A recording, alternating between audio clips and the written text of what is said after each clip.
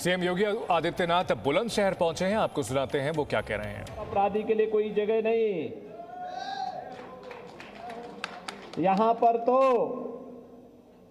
हर व्यक्ति के सम्मान की रक्षा होगी, सुरक्षा सबको, सम्मान सबको, लेकिन तुष्टीकरण किसी का नहीं, तुष्टीकरण की राजनीति नहीं होगी। गरीब की सुनवाई होगी, महिलाओं की सुरक्षा होगी, नौजवानों के लिए रोजगार होगा और किसान के उन्नयन के लिए कार्य होगा। यही तो भारतीय जनता पार्टी की पहचान है। लेकिन अगर बेटी की सुरक्षा के साथ किसी ने खिलवाड़ करने का प्रयास किया तो फिर अगले दिन उसके गले में तख्ती लटकती हुई भी दिखाई देगी।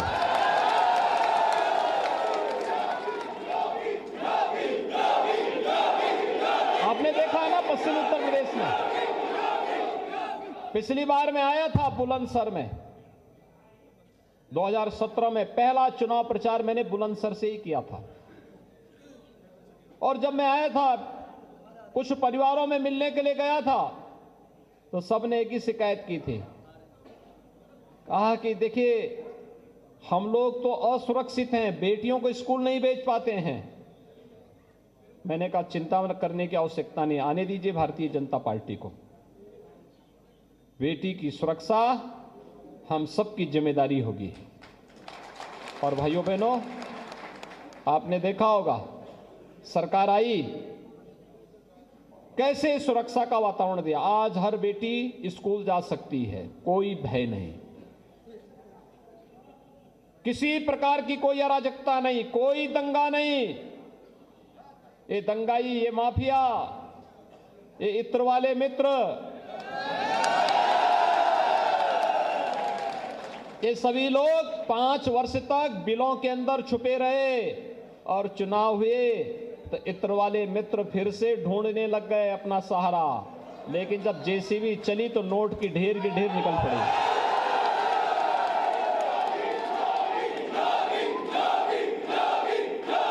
भाइयों बहनों, अकेले आपके बुलंदशहर जिले में 33,000 गरीबों को एक आवास मिले हैं। 33,000 गरीबों को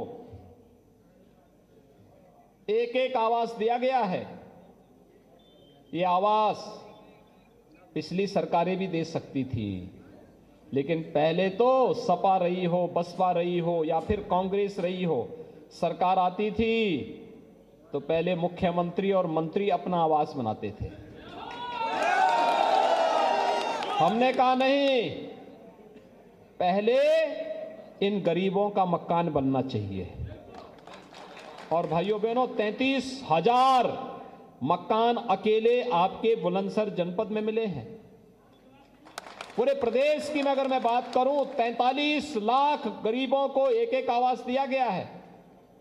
43 लाख से ज्यादा है, 43,50,000 है।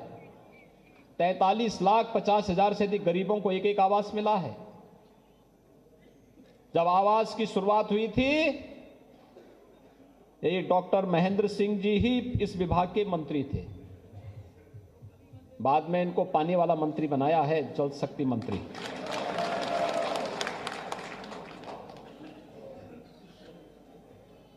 दो 2,61,00,000 गरीबों के लिए एक शौचालय उपलब्ध करवाया गया। 1,21,000 मजरे तक बिजली पहुंचाई गई। जो अनिल शर्मा जी कह रहे थे कि हर मजरे तक विद्युतीकरण का कार्य हुआ और हर गरीब को फ्री में बिजली दी गई। पूरे प्रदेश के अंदर 1,21,000 मजरों तक बिजली हम लोगों ने पहुंचाई, जो कभी नहीं पहुंचाई थी, वह हमने पहुंचाई। फ्री में बिजली भी दिए 1,43,000 करोड़ परिवारों को। ये काम पिछली सरकारें भी कर सकती थी, लेकिन भाइयों बहनों, जब व्यक्तिगत स्वार्थ परमार्थ पर हावी हो जाता है, व्यक्ति कुछ नहीं कर सकता। इसलिए लोगों ने राजनीति को अपना व्यक्तिगत व्यवसाय माना था। शोषण का, भ्रष्टाचार करने का, अत्याचार करने का, जमीनों पर कब्जा करने का, इसे वे अपना जन्मसिद्ध अधिकार समझते थे। हमारी सरकार आई, अंतर आप फर्क महसूस कर सकते हैं। फर्क क्या है? सपा की सरकार आई, मुख्यमंत्री को पहला निर्णय लेना था। क्या निर्णय लेंगे? मुख्यमंत्री ने पहला निर्णय लिया था समाजवादी पार्टी की सरकार के समय, उन्होंने राम जन्मभूमि पर आतंकी हमला करने वाले आतंकवादियों के मुकदमे वापस लिए।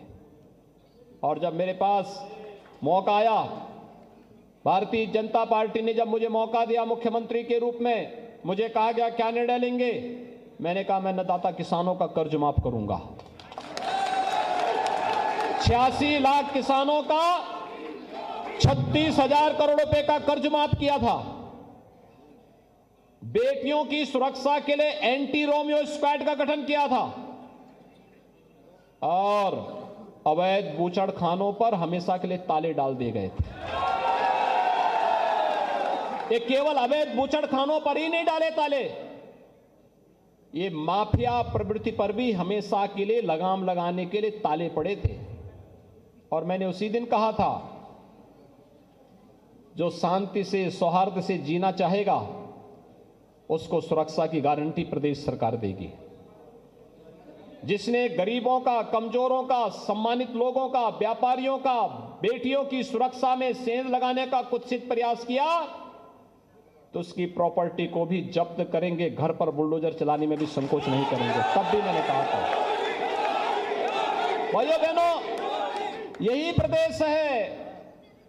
सपा बसपा सपा की सरकारों में हर तीसरे दिन दंगे होते थे, हर तीसरे दिन दंगे होते थे, पर्व और त्योहार नहीं मना पाते थे, कांवड़ यात्रा पे सरकार रोक लगाती थी। जब 2017 में हम लोग आए, मैंने कहा भी कांवड़ यात्रा का क्या हुआ, क्यों रोक है? उन्होंने कहा साहब दंगा फसाद होता है। तो मैंने कहा फिर सरकार क्यों है? अरे दंगा फसाद रोकने का काम तो सरकार का ही होना चाहिए। अरे साहब संवेदनशील स्थान। मैंने कहा संवेदनशील का मतलब क्या होता है?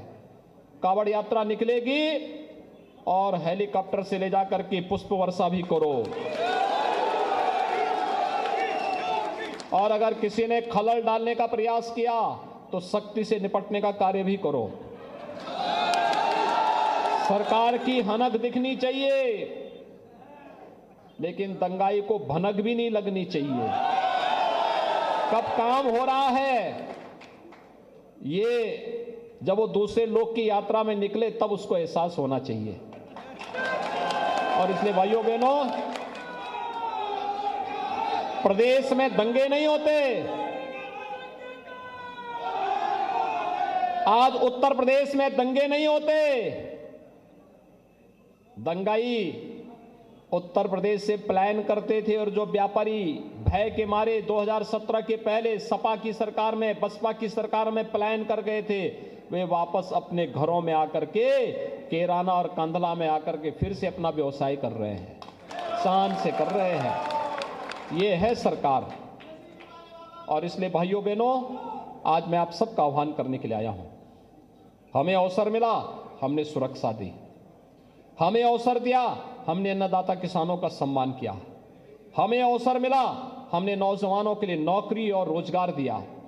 हमें अवसर मिला, हमने फ्री में टेस्ट, फ्री में उपचार, फ्री में डबल इंजन की सरकार है, फ्री में वैक्सीन, डबल डोज की वैक्सीन, और फ्री में डबल इंजन की सरकार है तो राशन भी फ्री में उपलब्ध कराने का काम किया। भाइयों बहनों, मैं आपसे पूछना चाहता हूं, जो ये समाजवादी पार्टी के नेता बोलते हैं फ्री में बिजली देंगे, क्या इनकी सरकार के समय बिजली मिलती थी? Presenting B News app, available on Google Play and App Store. Download it now.